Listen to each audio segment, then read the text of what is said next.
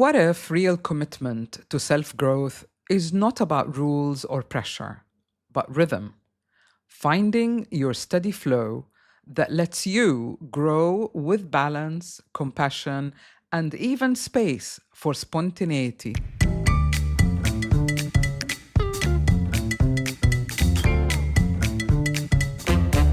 Welcome back to Unbox the Podcast.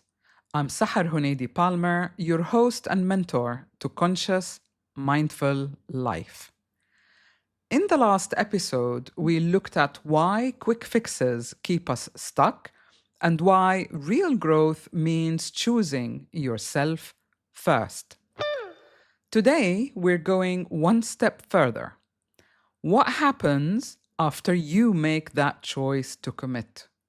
How do you commit to self-growth without burning out?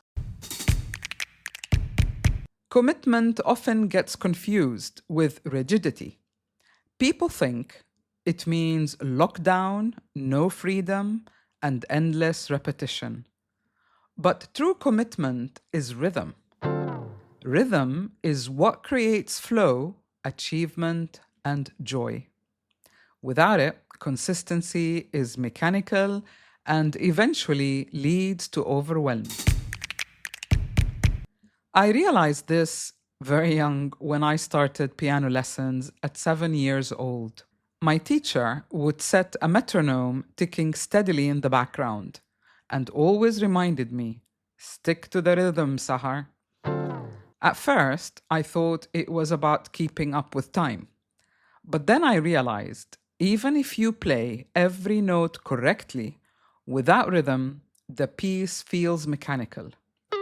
With rhythm, the music flows. It comes alive and it feels joyful. That is when my subconscious mind, if you like, in today's, in my adult language, understood the value of rhythm. It transforms effort into flow and flow into achievement.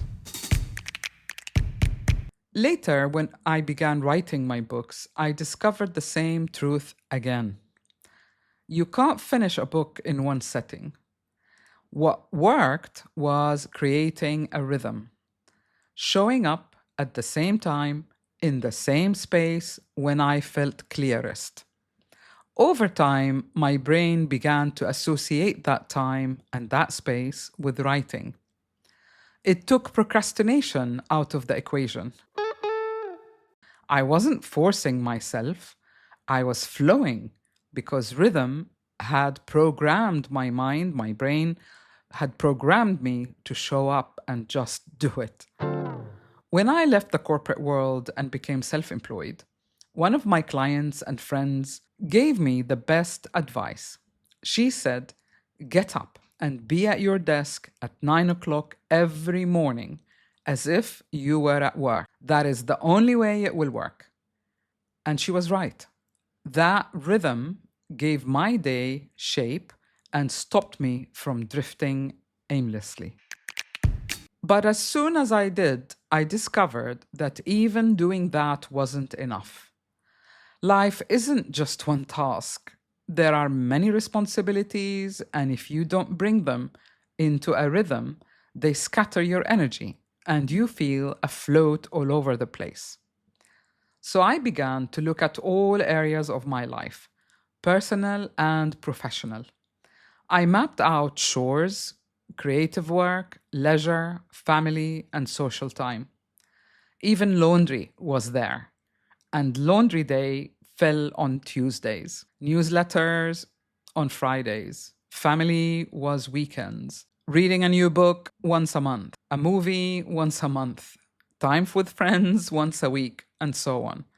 Because nothing is incidental. It was all part of my life. And every chore fell in the right slot, and my life had a rhythm. That way, I wasn't constantly overwhelmed. I wasn't constantly trying to do everything at once. Instead, I knew there was a space for each task, and I could lean into what felt most important or most enjoyable or most opportunistic that day. If writing flowed, I went with it.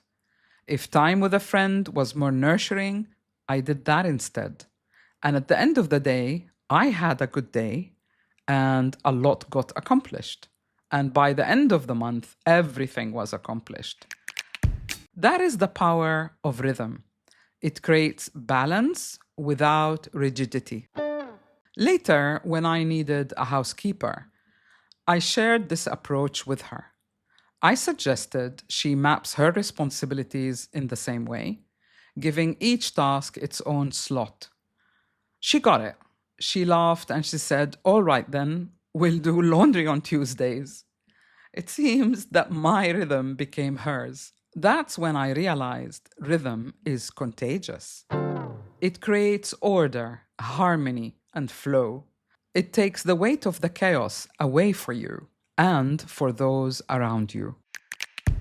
Let's talk about consistency without punishment.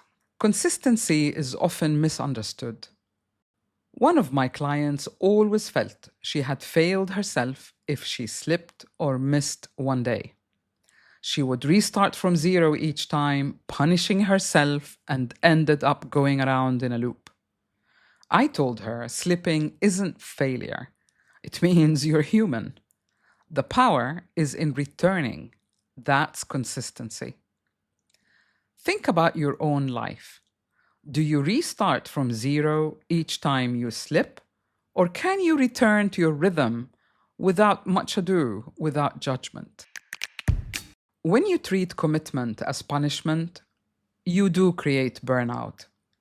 But when you treat it as a rhythm, you create flow and progress. It's easier to honor your commitment that way if you're enjoying the tasks, the goals that you set for yourself. And more importantly, the reason why you committed to that goal in the first place. This way, you're not punishing yourself. So my advice is be your best benign observer. Without criticism or judgment, notice what your natural rhythm is. What about finding balance between discipline and compassion? I used to lean in heavily on discipline. I thought unless I pushed myself, gave it my best shot every time, I wasn't serious about my goals. But I tell you, it drained me. What I learned is that compassion is not weakness. In fact, it's strength. What keeps you going is joy, not pressure. Too much discipline leads to burnout. Too much compassion leads to excuses. Dare I say, endless excuses. Real growth happens in the middle, in the range of balance. So hold yourself accountable, but do it with kindness. Ask yourself, have I done the best with my day today? If yes, that's a good day, a pat on the shoulder. If not, tomorrow you can do better. And remember, compare yourself only to your best abilities. And if you don't enjoy what you do, then ask yourself why. That is accountability. The truth is, flexibility and spontaneity are also part of growth. Because growth isn't mechanical. It's the result of a consistent process that allows for flexibility. Your pulse changes during the day, so does your energy levels. Know when to stop, when to push, when to press on, and when to rest and have a break. That awareness keeps you alive to grow. Some of my best decisions came from spontaneous moments, opportunities I could have never planned. I always maintained a space for flexibility. I can learn very quickly, but also get bored very quickly. So that helped me maintain my interest in what I do by leaning into what felt right at that moment. It kind of taught me if you want to catch the apples, you better stand under the tree. And if you're not catching the apples, it's you who's not standing under the tree.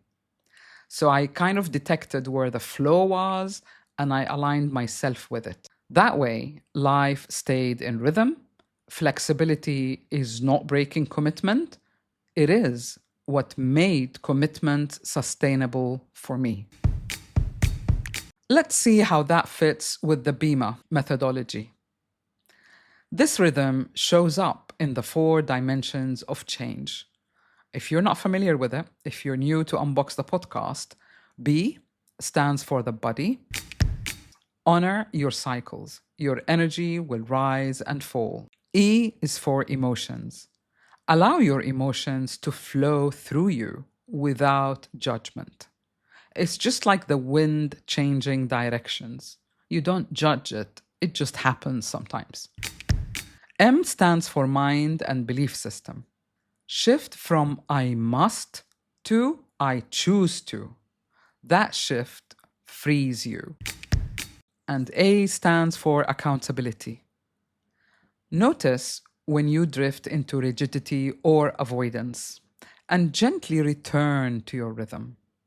When you live in rhythm across body, emotions, mind, and action, growth becomes natural, not forced. So when I talk about rhythm, it's not a theory.